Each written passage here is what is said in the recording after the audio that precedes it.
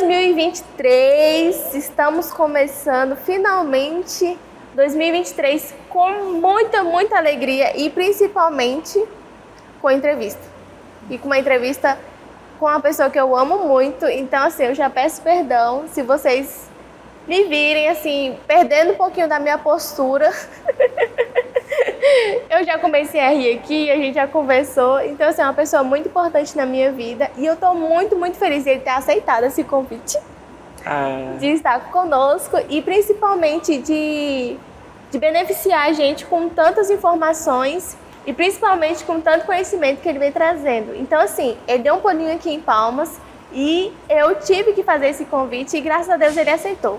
Dr. Esdras Lins. Obrigado pelo convite, eu fico muito honrado de fazer parte dessa entrevista, de fazer parte dessa união que é, falar sobre isso é muito importante. E hoje a gente vai conversar sobre autismo em adultos.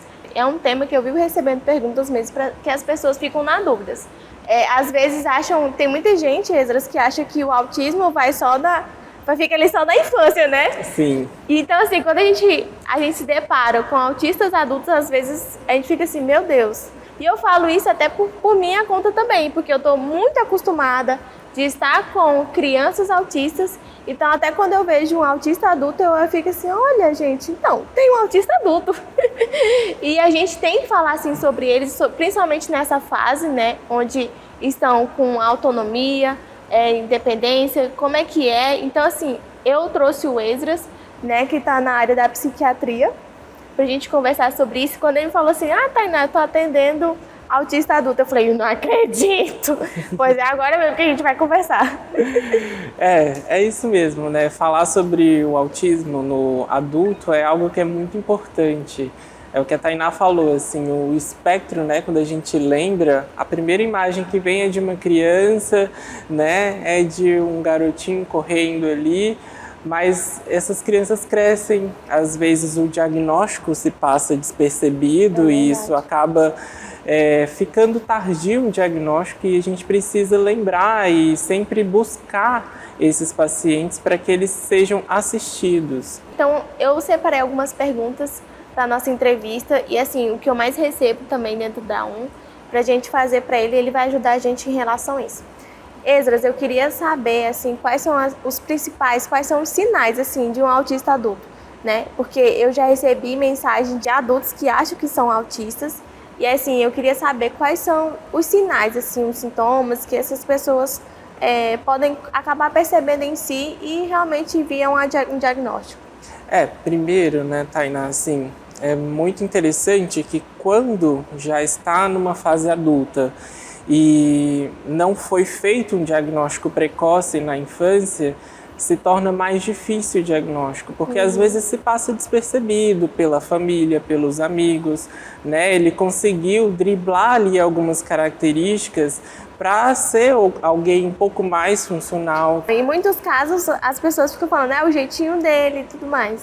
Sim, né? E o que nos mostra os sinais, né, de um espectro autista é o quê?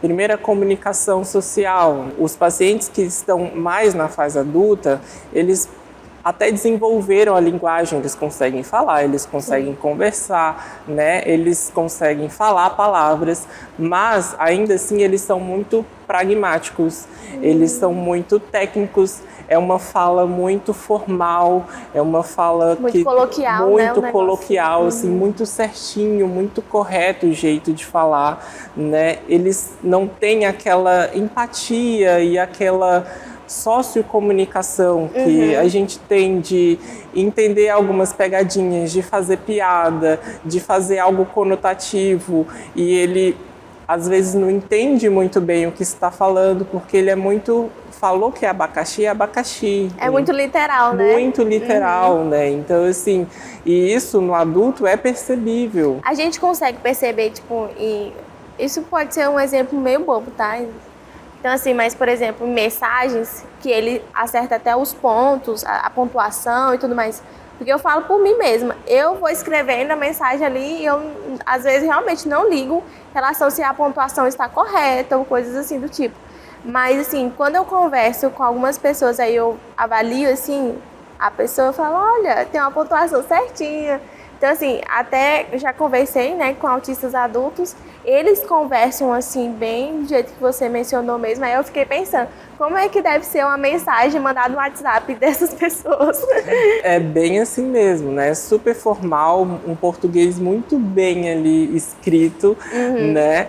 E além disso, vai ser muito prático. Se você perguntar para ele lá no WhatsApp, o que você fez hoje? Ele vai responder com uma palavra, provavelmente. E isso, às vezes, soa como ruim, né? Quando a gente não tá ali naquele mundo do espectro, a gente, às vezes, fica, nossa, essa pessoa não tá entendendo o que eu tô falando, ou essa pessoa não tem empatia, ou essa pessoa, né, não tá demonstrando sentimentos e emoções, não vai mandar uma carinha, um emoji, uma figurinha, né? Isso é muito interessante, assim, a gente perceber no espectro, né, do paciente. E em relação a essa questão, isso pode dificultar o relacionamento amoroso? Muito, né? Não só amoroso, mas relacionamentos em geral, com os amigos, com os parentes, com os familiares. É muito difícil, né?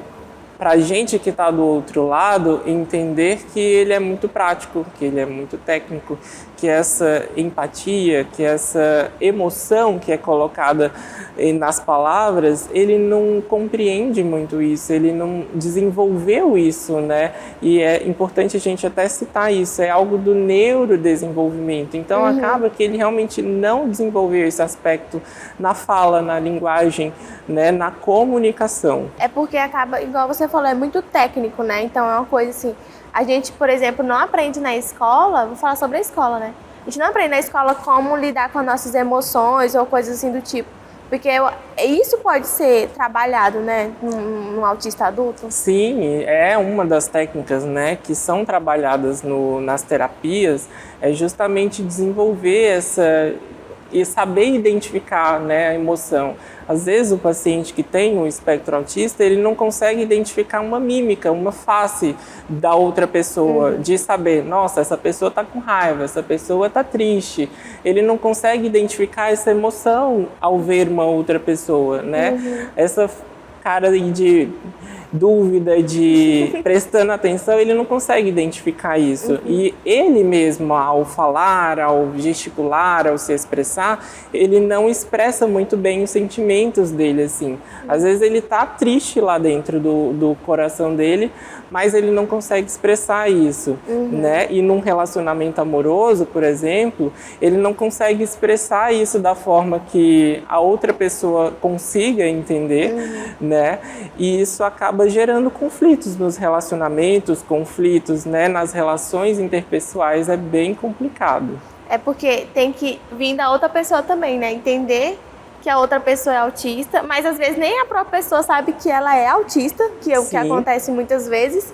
Então, assim, dá para entender o porquê que é tão difícil, né? Porque quando a gente vai ver um relacionamento, independente seja amoroso e outras coisas, é uma via de mão dupla. Sim. Né? As duas pessoas estão ali tendo trocas. Enquanto você tá só dando, digamos assim, você só tá dando e a outra pessoa não tá devolvendo, não tá, né, trocando aquilo, aí fica meio difícil, né? É muito difícil, né? E outra característica importante, né, do espectro autista é o comportamento, um comportamento mais restrito, um comportamento mais inflexível, é um comportamento, né, que ele tem algumas estereotipias, né? O que seria isso? São alguns movimentos, assim, não chega a ser um tique, né? Mas ele tem alguns movimentos de tá conversando, ele tá fazendo um desenho, né? Ou ele tá, às vezes, criança, né? Tá brincando, ele brinca com um brinquedo de uma forma diferente, né? O adulto, ele vai ter uma questão de comportamento, e isso no adulto, né, para identificar um pouco mais difícil, porque a gente vai tentando controlar esses, né, esses impulsos, esses comportamentos mais restritos, né, mas eles têm aquele adulto que só come tal tipo de comida, né, ele não tem quem faça ele comer outra coisa, sentar na mesa, tem a cadeira dele, tem o prato dele, né, a posição da mesa que ele senta e não tem quem tire ele daquela posição da mesa, entendeu? Porque se tirar vai causar muito sofrimento, vai causar, né, muito estresse, ele vai ficar triste, chateado, às vezes vai deixar de comer porque não sentou no lugar que ele sempre senta à mesa. Isso é muito comum, assim, né? Isso é um dos exemplos. E mais uma outra situação que pode atrapalhar em questão de socializar, né? Porque aí a pessoa tá naquela rotina sempre. Aí como é que vai quebrar aquela rotina para conviver com outras pessoas que às vezes nem conhece, ou então ir para um restaurante diferente que vai atender, vai ver pessoas diferentes que vai ser atendido, né, com aquela toda.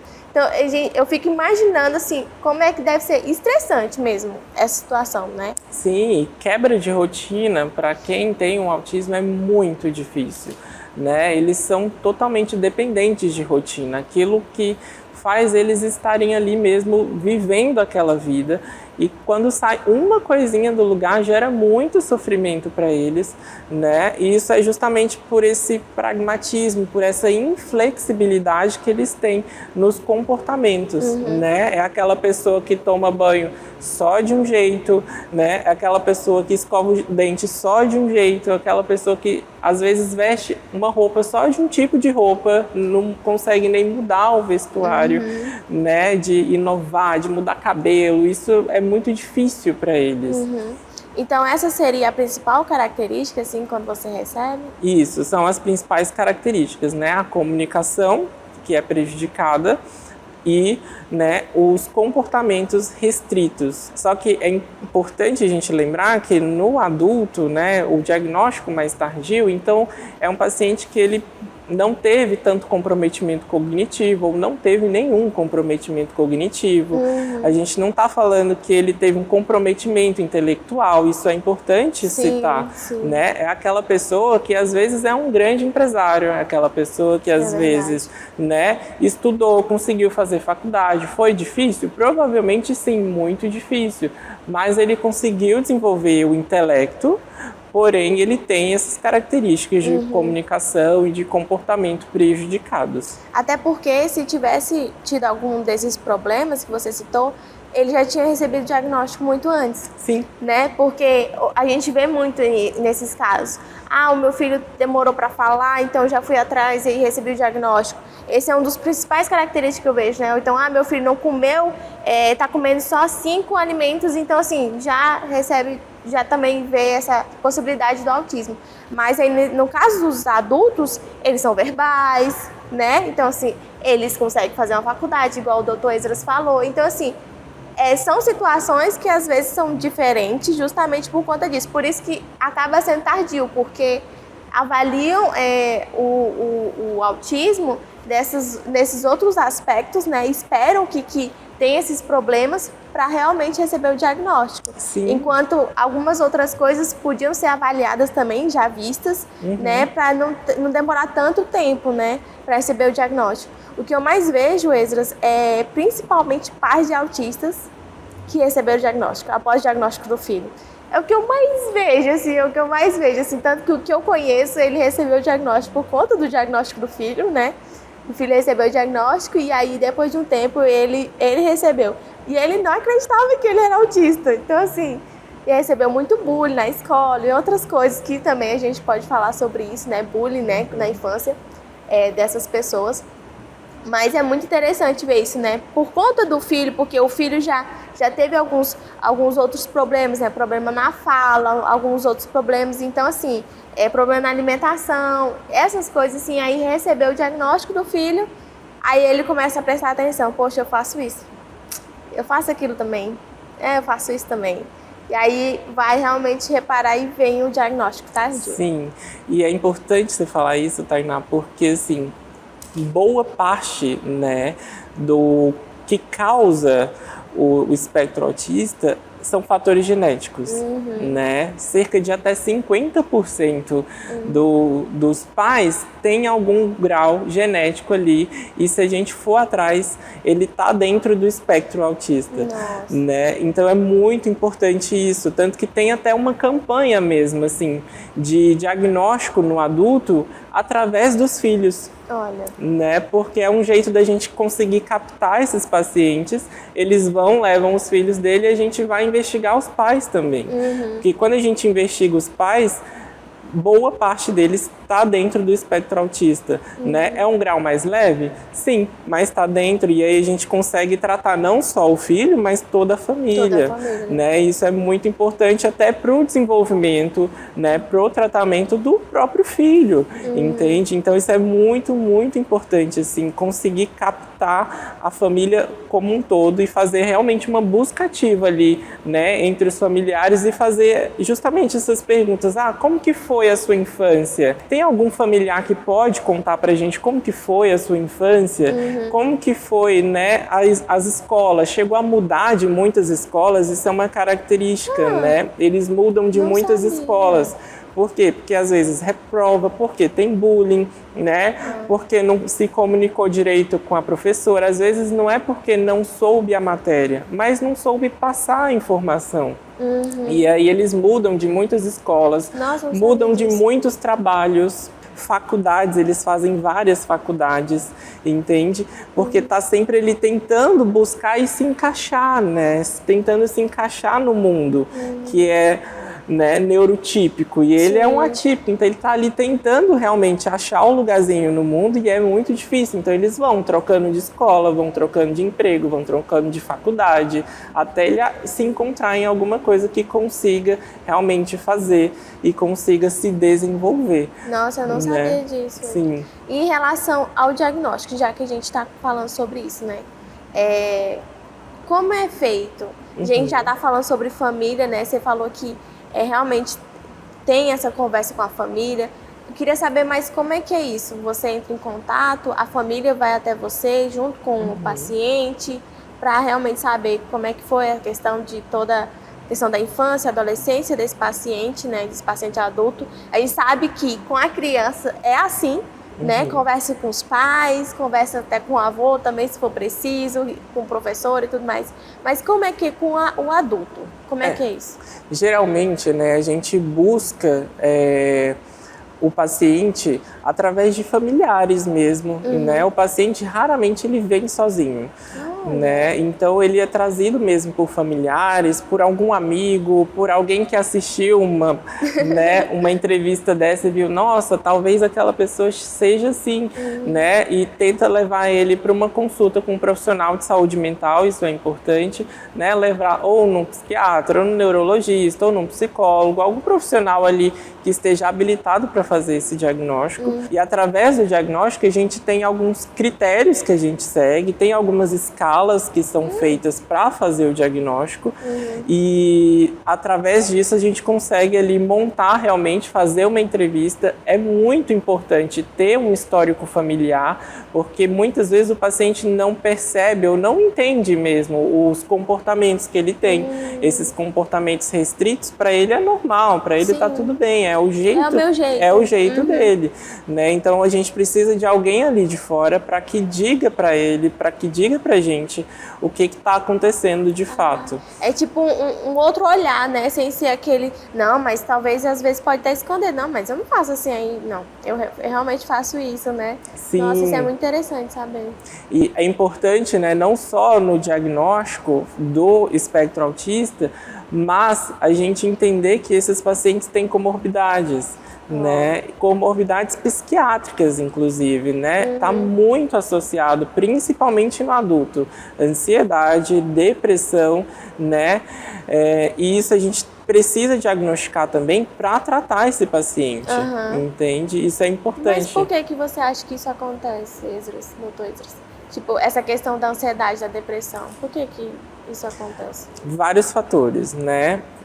a gente começa lá na genética. Eu sou muito assim, eu gosto muito dessa questão de genética, de entender o neurofuncionamento. Então já é um cérebro atípico, já é um cérebro, né, que os neurotransmissores, dopamina, GABAérgicos, que está muito relacionado com o autismo, eles estão de certa forma alterados e não funciona do jeito que deveria funcionar. E aí acaba que isso já pode ser um fator que leve, né, a algum transtorno de ansiedade, algum transtorno de humor. Então isso é um dos fatores, né? Fora todo esse histórico de desenvolvimento. Imagina uma criança, né, que sofreu bullying a escola inteira, sofreu bullying a adolescência inteira. Ele chega na idade adulta, ele precisa se desenvolver, ele precisa entrar no mercado de trabalho. Ele está vendo todo mundo ali trabalhando, todo mundo estudando, todo mundo seguindo a vida. E ele tentando correr atrás disso. Sim. É frustrante, né? Tanto que quando a gente estuda as estatísticas, a ansiedade é mais frequente em crianças e adolescentes e depressão em adultos, no autista. Por quê? Justamente por isso, né? Ele foi desenvolvendo essas características e foi se frustrando ao longo da vida, foi entristecendo mesmo o coração por não conseguir se adequar no que é dito como normal, no que é dito como típico, entende? Então acaba que leva mesmo a um transtorno depressivo. Eu já tinha visto alguns casos dos quais, assim, a pessoa está sendo tratada com depressão e depois foi avaliar, ela tinha o autismo, né? Mas eu ainda não tinha, assim, eu tinha pensado mais nas questões sociáveis, né? Tipo, porque toda essa questão do bullying, né? A questão de não conseguir, às vezes, estar com outras pessoas e tudo mais. Mas eu não sabia dessas outras questões que você trouxe, genética, né? É engraçado que, por mais que eu sei de algumas informações, parece que ligar elas foi um pouco difícil, até você me esclarecer tudo. Falei, nossa, faz todo sentido. Sim. Tudo que tá falando faz todo sentido, né? Porque a gente realmente vê esses pacientes, assim, dessa forma, né? Essas pessoas dessa forma, assim.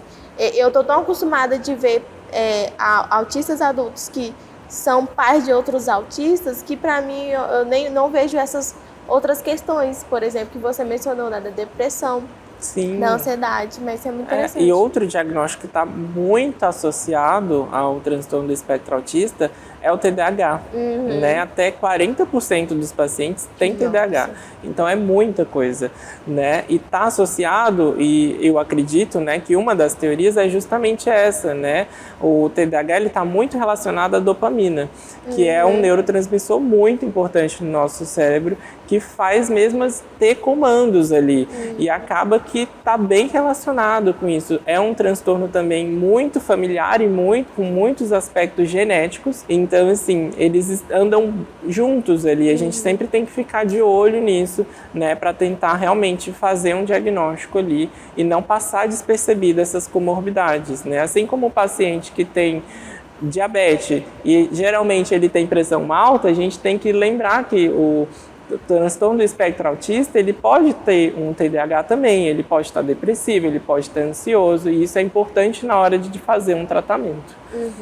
Isso é muito bom. E a questão de avaliação, como é que você faz essa avaliação? Você falou das escalas e tudo mais. Explica mais um pouquinho pra gente o que é isso, exatamente. As escalas, né, elas foram criadas através de vários estudos para realmente ali direcionar o nosso diagnóstico. No adulto existe uma escala do tipo 4. Depois vocês dão uma pesquisada, que isso é muita coisa, né? Mas é o que guia mais a gente, assim, não é a mesma escala da criança. Olha, isso é muito interessante. Né? Porque às vezes tem aspectos que é diferente mesmo ali de comportamento, então essa escala, ela guia melhor a gente na hora do diagnóstico. A gente tem o DSM-5, que é a nossa bíblia, né, da psiquiatria, que vai ali realmente direcionar o nosso diagnóstico, e ele vai falar justamente disso, né? Os critérios diagnósticos, o paciente precisa ter, né, alteração do comportamento restrito, né, e vai ter uma alteração da comunicação social. Sim. E aí tem aqueles tipos que a gente falou logo no começo da entrevista, né? O jeito dessa comunicação estar prejudicada, e a gente precisa avaliar isso.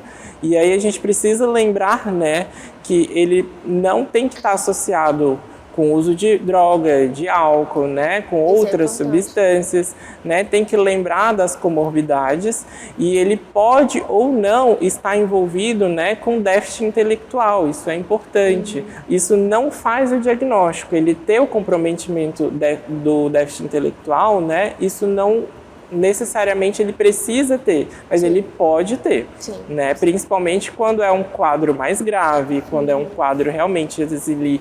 E isso geralmente é diagnosticado logo na infância, né? Porque o desenvolvimento intelectual é muito visto, assim, é muito aparente. Então acaba que chama a atenção dos pais, chama a atenção dos familiares e o diagnóstico acaba sendo um pouco mais cedo mesmo. Entendi. E tem algum exame?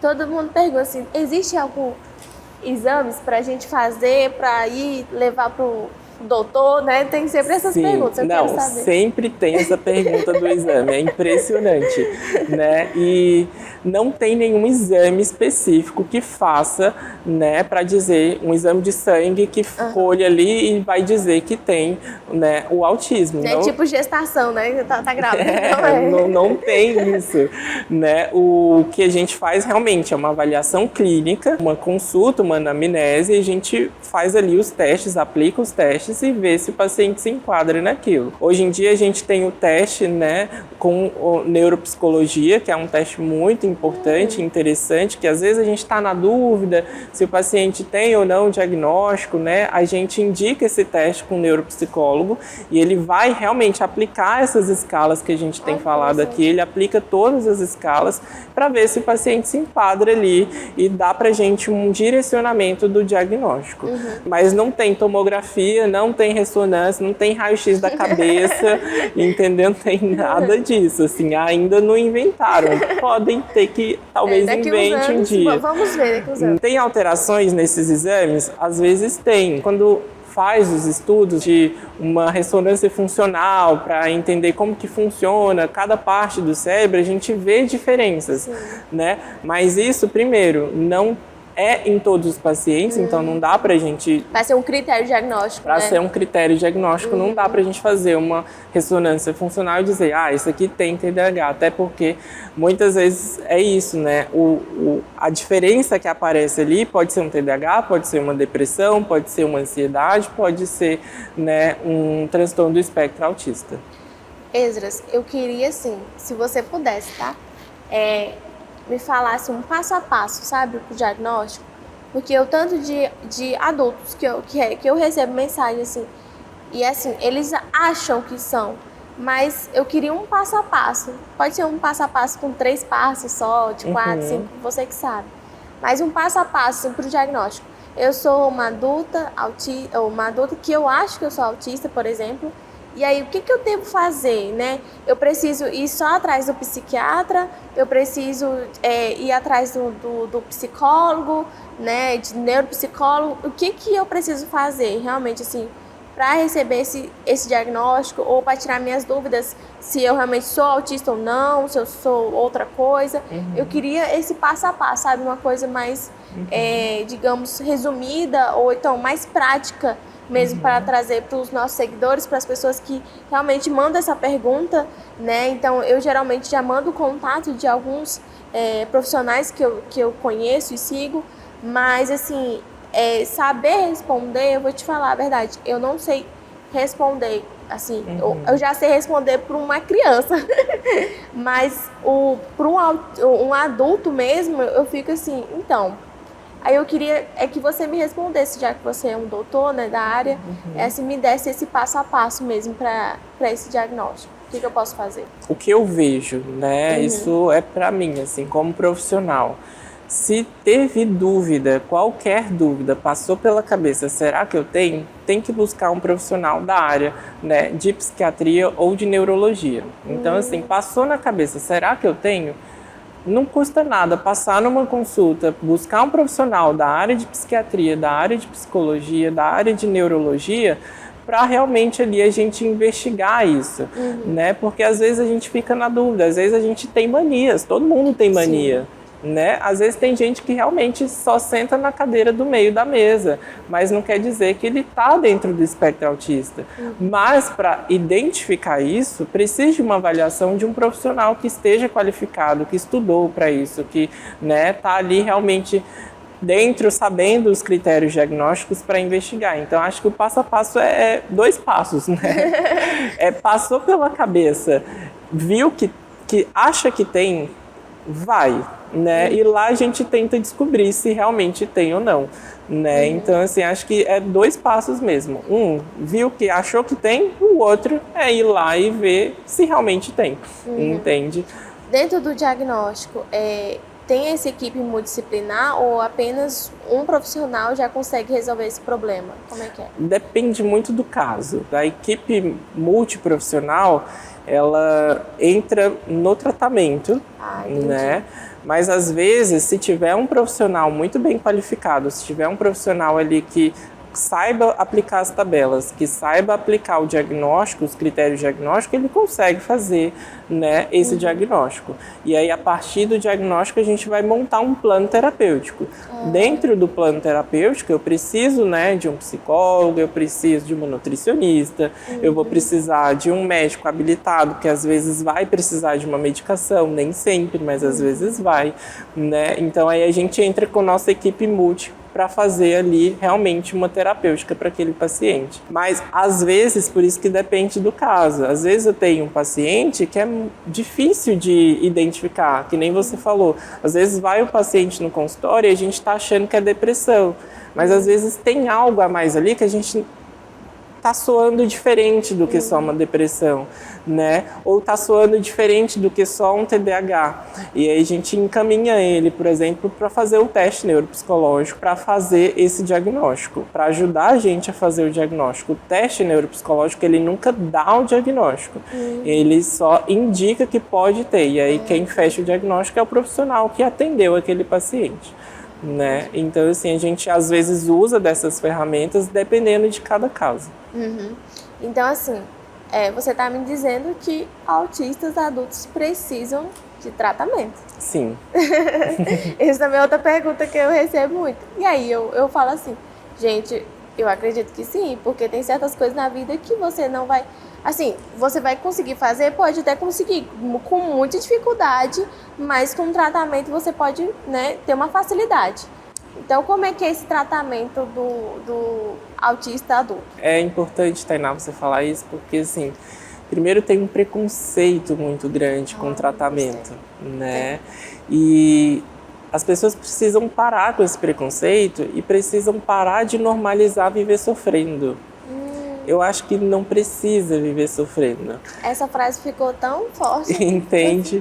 Né? Porque assim, tem gente que luta, batalha tanto para conseguir socializar e aí se frustra. Às vezes ele quer realmente ter um relacionamento conjugal, se relacionar com outras pessoas, ter amigos, mas ele não consegue fazer isso.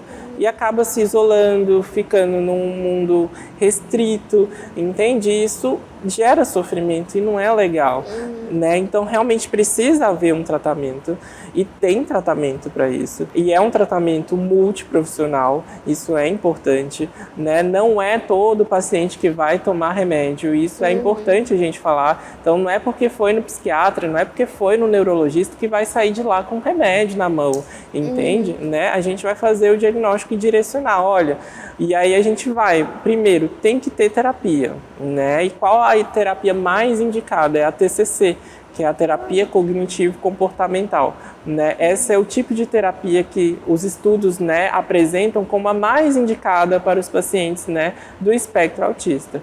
Tem outras terapias também, né, para desenvolver habilidades. E isso é importante também, né? Terapias focadas em desenvolver habilidades. Então, habilidade de comunicação, habilidade, né, de como se portar à mesa, de como fazer amigos, né? Habilidade de como apresentar um trabalho. Isso é difícil, né? estou lá na faculdade, como que eu vou apresentar um trabalho se eu não consigo nem falar com um colega do lado, entende? Então, são habilidades que a gente precisa desenvolver como ser humano, e essas terapias, elas tentam realmente trabalhar isso no paciente para que ele consiga ali melhorar essa parte da comunicação, melhorar esses pragmatismos, né, esses comportamentos que às vezes são prejudiciais, entende, para ele, e aí a gente precisa tratar desse jeito, né? Outra coisa que é importante, aí a gente entra com o remédio, né? Remédio não é para todo mundo, entende? Remédio é para o paciente que ele tem ali algum sintoma que a gente precisa resolver e que está gerando muito sofrimento, está gerando muito prejuízo para ele. E medicação é para sempre, Esdras? Nem sempre também é para sempre. Porque eu já vi muita gente falando assim, não, eu não vou me medicar porque eu vou ficar para sempre nessa medicação. Aí eu fico, meu Deus, mas como é que você vai ficar para sempre, né? Você não é um paciente bariátrico que tem que tomar suplementação pro resto da vida. Sim. Que eu já sei que isso acontece. Mas assim, eu fico, meu Deus, na psiquiatria desse jeito, vai ter uma medicação que vai ficar para sempre, assim, você vai ficar lutando com aquilo para sempre. Obviamente que eu acho que deve acontecer, né? Eu imagino assim, mas é por isso que eu tô te perguntando. É para sempre? Tem medicação que é para sempre? Não é para sempre. Primeiro porque na medicina, esse termo sempre e nunca não existe. Olha, isso é importante. Né? Não existe isso na medicina. Então, não é para sempre. Tem pacientes que vai precisar tomar para sempre? Talvez. Mas não é para todo mundo também, né? Depende muito do caso do paciente, do momento de vida que ele está vivendo, entende? Às vezes, um adulto que conseguiu chegar lá com seus 60, 70 anos, ele não vai precisar, às vezes, de um remédio, né? Se ele já conquistou tudo que ele precisava, se ele está bem, se ele está estável, até porque alguns estudos, né, mostram que a evolução do transtorno do espectro autista, ele tende a ir melhorando com os anos. Olha! Então, assim, a partir dos 50 anos, o paciente ele tem menos prejuízo do que antes. Nossa. Justamente por isso, por esses aprendizados que ele vai tendo ao longo da vida. Então, o remédio, a gente às vezes consegue tirar ele, né? Daqui uns 5 anos, é um tratamento mais longo? Com certeza é um tratamento mais longo. Sim. Mas a gente consegue tirar esse remédio em algum momento, né?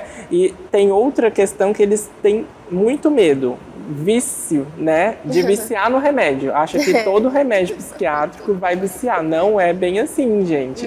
Né? O remédio... Tem remédios psiquiátricos que viciam? Tem, né? Mas não... a verdade, né? Tem, né? Mas não são todos, né? Geralmente o que a gente tende a usar e o que tem, assim, de protocolado ali para realmente tentar controlar os comportamentos são os antipsicóticos, que é risperidona, haloperidol, né, aripiprazol. Que também é muito usado para TDAH, né? Às vezes nem tanto, né? A gente usa em outras questões, e isso é até bom a gente citar um pouquinho mais para frente, né? Mas assim, são os antipsicóticos que são os remédios mais que a gente usa ali para realmente controlar alguns comportamentos, né? E às vezes a gente usa outros remédios, né? Os ansiolíticos, os antidepressivos para controlar sintomas, como a gente falou, né? Tem muito paciente com o espectro autista que é depressivo, então precisa tratar a depressão. Tem muito paciente que tem ansiedade, né? Imagina o paciente que fica ali, tem hora que ele está girando em volta da cadeira. Eles fazem isso para conseguir pensar, para conseguir raciocinar, para conseguir organizar as ideias. Mas imagina uma pessoa, um adulto, rodando em volta da cadeira no meio de um escritório. Isso causa prejuízo para ele, causa incômodo para outras pessoas. Então, às vezes, a gente tem que entrar com uma medicação para tentar diminuir esses comportamentos, né, pragmáticos que eles têm, esses estereotipias, justamente para tentar ali controlar e para que não gere tanto sofrimento para ele. E aí é importante a gente lembrar essas medicações de diagnóstico diferencial do TDAH. Por quê? No adulto, confunde muito com os transtornos de personalidade e com toque.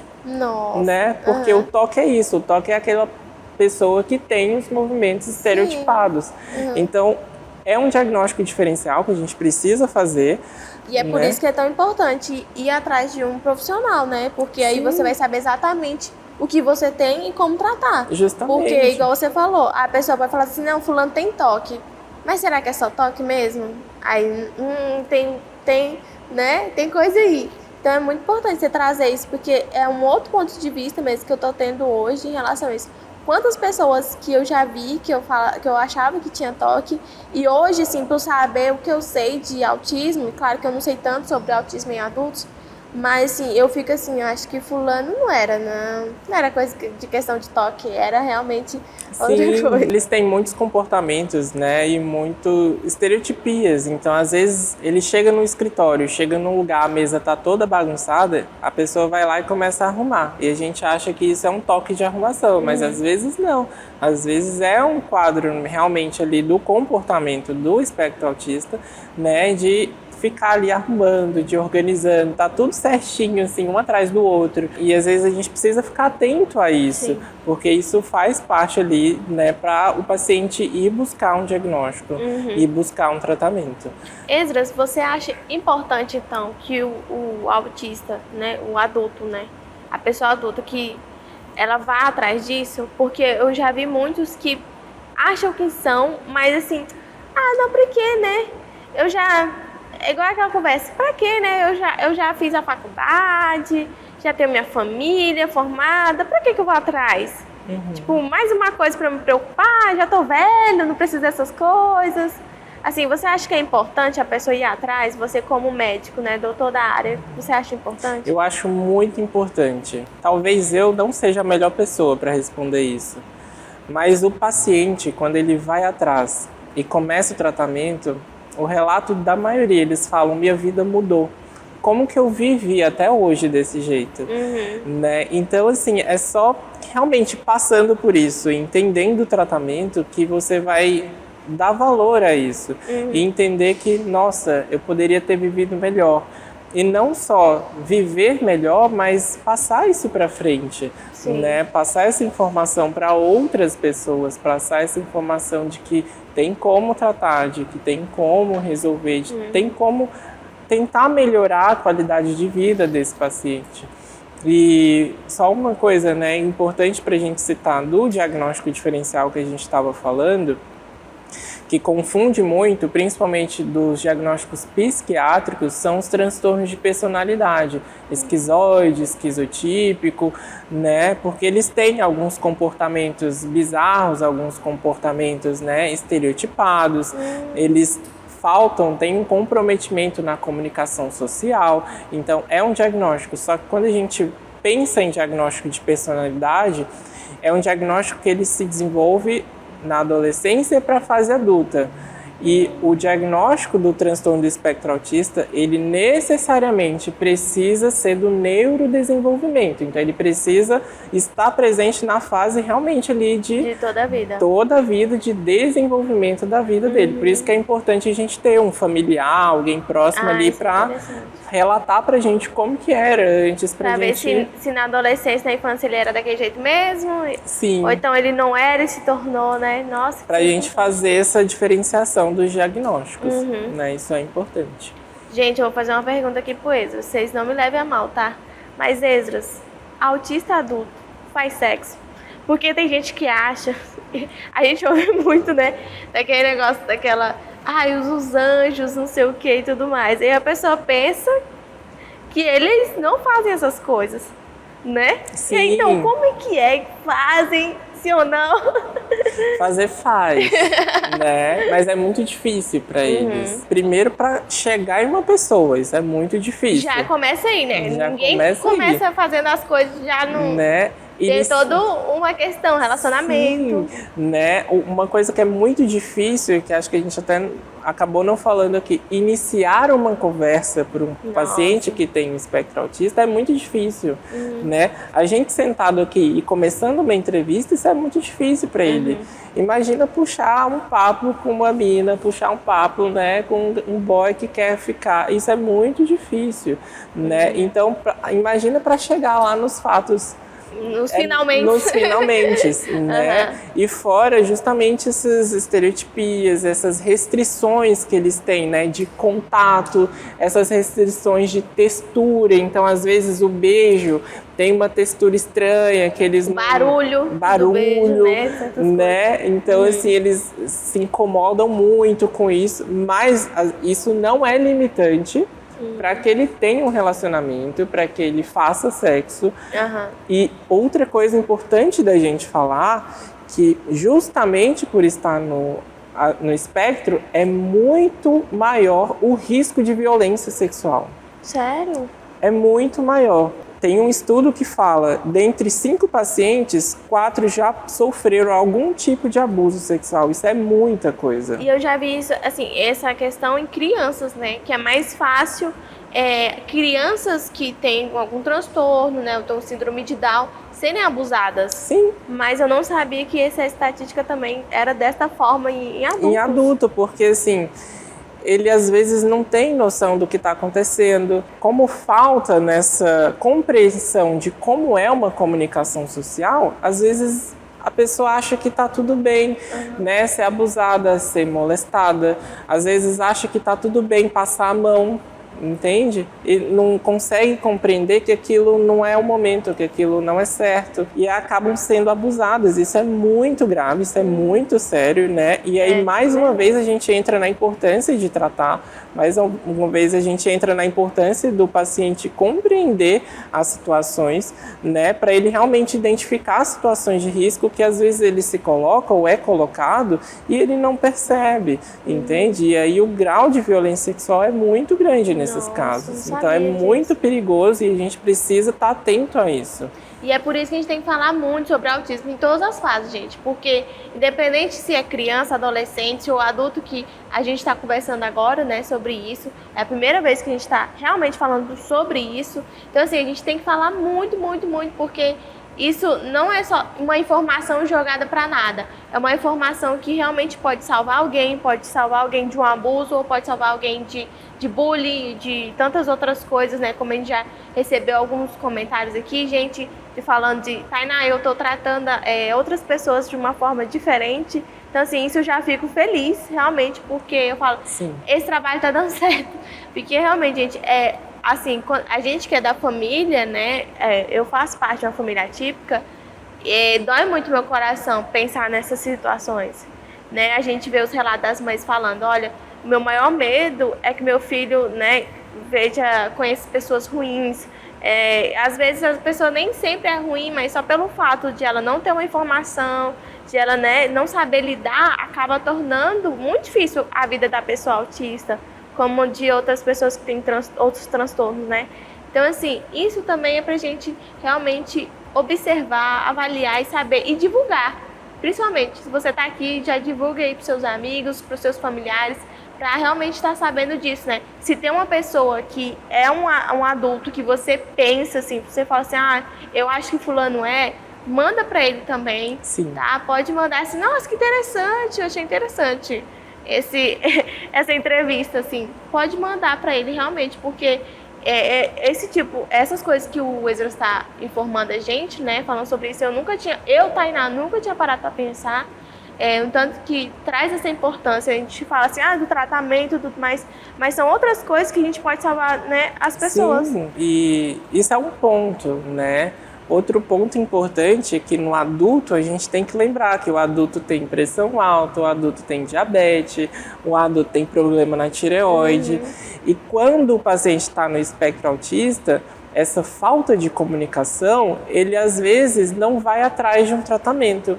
Ele não vai atrás de buscar ajuda, ele não consegue chegar no médico e falar, olha, estou sentindo uma dor de cabeça, entende? Nossa. Então, o risco de morte é muito maior, o risco de comorbidades clínicas, que a gente chama, né, que são essas outras doenças, é muito maior do que numa pessoa que é neurotípica, porque ele não vai ter o mesmo cuidado que um outro paciente. Saúde bucal, né, isso é importante, porque os pacientes não vão atrás. Criança, a gente percebe, né? Aquela criança que não quer escovar o dente, porque sensação da escova é ruim, não consegue se acostumar com aquilo, né? E aí acaba não indo atrás de um diagnóstico, de procurar cuidar da saúde bucal, porque a imagem no dentista para um neurotípico já é difícil, imagina para um neuroatípico, entende? É muito difícil. Então, assim, esse cuidado com a saúde clínica acaba sendo prejudicada. E isso é importante também, gente, quem está ali no cuidado desse paciente, né, ficar de olho nisso, né, de tentar também se preocupar com isso. Isso é importante. É por isso que a informação tem que ser para todos, né, Esdras? Pra não todos. só para a pessoa autista. A gente não fala aqui só para a pessoa autista, a gente conversa aqui sobre tudo e para todo mundo, porque justamente uma pessoa que está de fora, né, ali da família, percebe que o outro é. Esses dias uma amiga minha falou assim, Tainá, eu acho que meu cunhado é. E depois ela teve a certeza. Então, assim, é uma pessoa de fora e ela é cunhada, né? Então foi uma pessoa de fora que recebeu a informação, falou, fulano é. E assim, e isso traz também toda essa segurança também, e igual o Esdras está mencionando, né? Às vezes nem a própria pessoa, ele mencionou lá atrás, nem a própria pessoa autista, ela percebe que ela é diferente, que ela tem alguns comportamentos diferentes, mas outra pessoa pode perceber e assim falar, olha, eu acho que tem alguma coisa aqui diferente em você, né? Sim, sim. Tem uma outra coisa que você falou que eu achei muito interessante. Eu sempre falo aqui nas redes sociais sobre o Amor no Espectro, não sei se você já assistiu, Esdras, que fala sobre os adultos autistas, né? E assim, é muito interessante, você mencionou aqui, que eles aprendem, e lá você pode assistir, gente, tá na Netflix, e você vai ver, assim, eu choro, acho que eu já chorei todos os episódios, porque eles realmente aprendem, tipo assim, a flertar, né, a conversar, como é que é isso? É como se fosse uma escola, assim, tem os atores e tudo, assim, coisa mais fofinha do mundo. Eu acho fofo, porque eu falo, oh, meu Deus, que coisa mais linda. Mas, assim, quando a gente vai parar pra pensar, na nossa realidade de neurotípico, é uma realidade totalmente diferente, né? A gente pensa, nossa, mas isso é tão fácil. Né? A gente abre a nossa bocona pra falar, nossa, isso é tão fácil, mas é só falar. É só você jogar um cabelinho assim. Só que essa outra coisa que eu também demorei para entender, mas a comunicação não é só verbal. A gente se comunica com o corpo, a gente se comunica com os olhos, né? Tem todo, tudo isso aqui é uma comunicação que a gente está fazendo. Aí a pessoa, ela tem esse problema, é na comunicação por inteira, não é só verbal ou coisa assim do tipo. Então, quando a gente vai avaliar esses pacientes, assim, eu vejo lá no Amor no Espectro, eu vejo essa situação acontecendo. Principalmente de um senhorzinho lá, que ele tá em busca de um amor também, e ele é um idoso já. Então a gente vê ele, todo aquele tratamento coloquial que você todo mencionou aqui. Sim. Ele tudinho falando lá. E falar de amor, pra mim, então, quem é meu paciente sabe que assim, eu amo falar sobre amor. Eu acho que isso é muito importante na nossa vida. E então, assim, é importante buscar o tratamento justamente por isso. São coisas que parecem ser simples e básicas, mas que para o neuroatípico não é, e é muito difícil, causa muito sofrimento, né? E a gente poder auxiliar esse paciente e ver ele lá na frente, conquistando o amor da vida dele, né? Experimentando o amor. Pode não ser o amor da vida dele, mas pelo menos ter essa experiência de vida. Acho que todo mundo precisa ter essa experiência de amar alguém. E é muito legal quando você vê o paciente assim crescendo e evoluindo e vivendo experiências que são tão simples, né? Mas que são tão importantes para ser quem somos, para ser humano. Eu acho isso muito lindo. É aquele negócio do relacionamento também me ajuda a ser humano, né? Como você mencionou. Né? Esdras, eu tô muito, muito feliz de você ter aceitado esse convite. Eu tô feliz como profissional e como sua melhor amiga. Eu tenho muito orgulho de você, eu não posso falar muito, senão eu choro, de toda a sua trajetória. E eu tô muito feliz de não só estar no camarote te aplaudindo, mas também estar aqui ao seu lado. Muito, muito obrigada, viu, por ter aceitado esse convite. Eu espero, assim, a gente já conversou aqui para ele fazer outros vir outras vezes para fazer entrevista. A gente quer fazer uma série aqui que tem muitas informações. Gente, o Esdras tem muita informação valiosos assim para trazer pra gente e a gente entender e aprender mesmo sobre autismo em adultos, né? Como eu mencionei aqui com vocês, é a primeira vez que eu tô conversando sobre isso e eu fico assim querendo saber de tantas coisas. Eu falo, Esdras, me conta tudo. Então, muito obrigada, Eu Esdras. fico muito honrado de estar aqui, de te ver crescendo, né, de te ver dando voz para tantas pessoas que precisam de voz, tantas pessoas que têm sofrido, famílias que têm sofrido com isso e vocês, né, têm dado apoio e voz para essas pessoas. Eu acho isso muito lindo, muito importante o seu trabalho, né? Te ver assim radiante, eu acho que é daqui pro mundo, entende? Amém. Eu acho não, tenho certeza disso, né? Você vai conquistar muita coisa, eu não tenho dúvidas disso. E estou muito honrado de estar aqui. Por favor, manda esse vídeo aí pro povo, né? Divulguem, porque assim, é uma informação muito importante. Tem muitas pessoas que estão aí e estão sofrendo mesmo na vida. Tem muito diagnóstico não sendo feito e é importante a gente levantar essa bandeira que é importante cuidar, é importante tratar. Adulto também pode tratar, né? Não é porque ele conseguiu falar palavras que ele desenvolveu uma comunicação. Então é muito importante isso para ele. E se você é familiar, se você é amigo, ou se você é uma pessoa que acha que tem, procura uma ajuda. Isso é muito importante para você. Muito obrigado, te amo muito. Eu também te amo demais. E muito obrigado você ter assistido até aqui. Se eu fosse você, compartilhava essa informação, como o Esdras mencionou, ajuda muitas outras pessoas. Não precisa necessariamente você pensar em uma pessoa que você acha que é autista, mas outra pessoa que pode realmente estar divulgando essa informação tão importante, tão valiosa. Então, assim, um beijo e fique com Deus e que sejamos um.